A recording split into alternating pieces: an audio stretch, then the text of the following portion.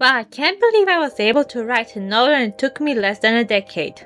This piece of fiction was winning to my best and worst. It changed just like I did and I don't know who I would be without it. So it only makes sense for me to redo it all over again. Hello everyone, I'm Aqua, I'm a writer and artist and I'm rebooting my web series, specifically a web novel called Rebellious Flame.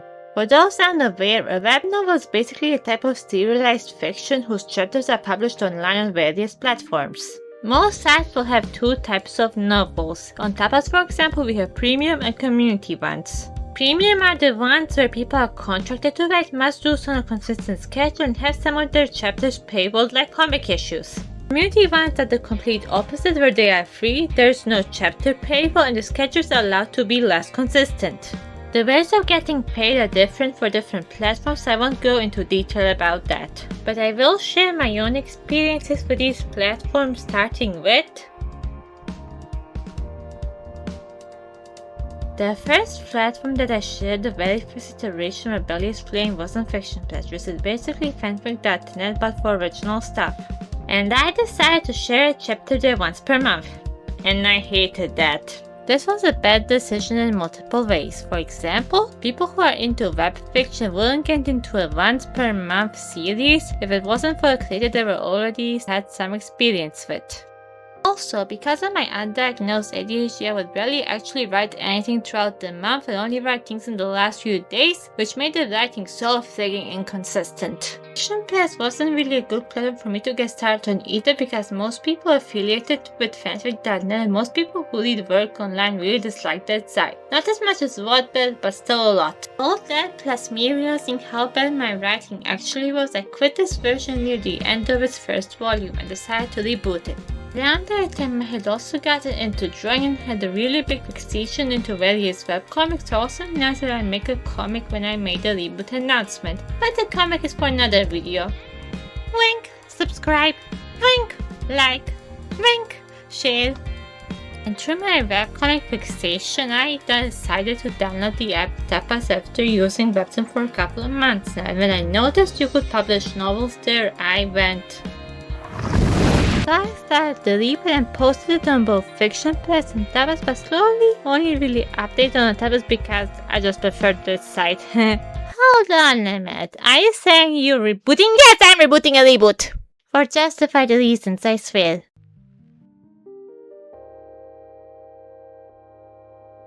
While the first time rebooting my novel was more so caused by me being very emotionally distressed at the time, the second reboot is more so focused on fixing the millions of amateur mistakes that I made, because my smart 13-year-old brain decided to write an entire fantasy trilogy in English without any research. Yes, I decided to write an entire novel trilogy without any knowledge on how to do it, in a foreign language too.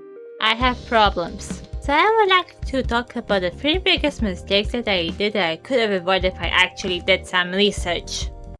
Number 1. Why are you using POV wrong?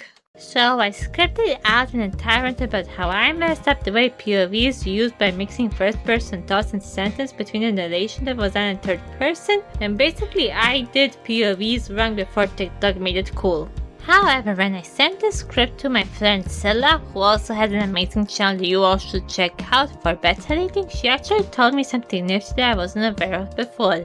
Specifically, she mentioned Janet and how he separated things into the folklorizer, the camera of the story, and the narrator, the director of the story, and that first person thoughts can still work if I want to give more attention to the folklorizer. There's a lot more to it than that, but I do not have the brains to explain it in a comprehensible way. Number 2. Keep the sentence consistent! Do you know English 101? So do I, or so I thought I did, because my sentences were all over the place when I first started writing. Not sure what else to add to that. Having consistent lines is even more important than having consistent POV, because with POVs you can play with those inconsistencies to make the reading experience more interesting, but instead though you'll just look like a first grader. So I decided to tell my story in simple past tense, the second reboot, and to read some books in their tense too to better figure out the ins and outs of it. Number 3. Did you plan anything? In writing circles, people are usually separated into 3 categories. Plotters who plan out everything, planners who do not plan anything, and planners who somehow do both. view these categories more so as a spectrum than boxes, and I say I'm somewhat in the perfect middle of said spectrum. I plan out several things in my head, character arcs, plotline, scenes, but actually playing them out in a chronological way in a document is very difficult to me because I really don't like outlines. And so when I decided to become a pantser, that led to different issues like incomplete storylines, plot holes, and inconsistencies in multiple different ways. So for the next reboot, I decided to combine the best of both by doing this. Make a very basic outline that you won't get bored of. Write down various notes so that you don't forget about them over time. And have several buffer choices prepared beforehand. Alongside some smaller stuff, these three things were the biggest issues that I faced while writing my reboot. So in my next reboot, I'm going to make sure to not repeat them. But there were a lot of positives that came along the way too.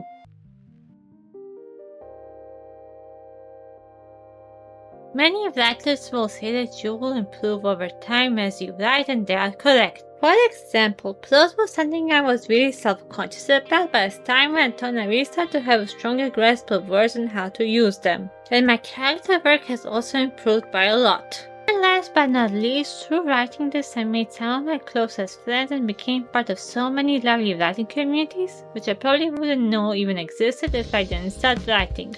Life can be hectic, especially when you're an undiagnosed teen who experienced being left out, lonely, distressed, scared, and so much more.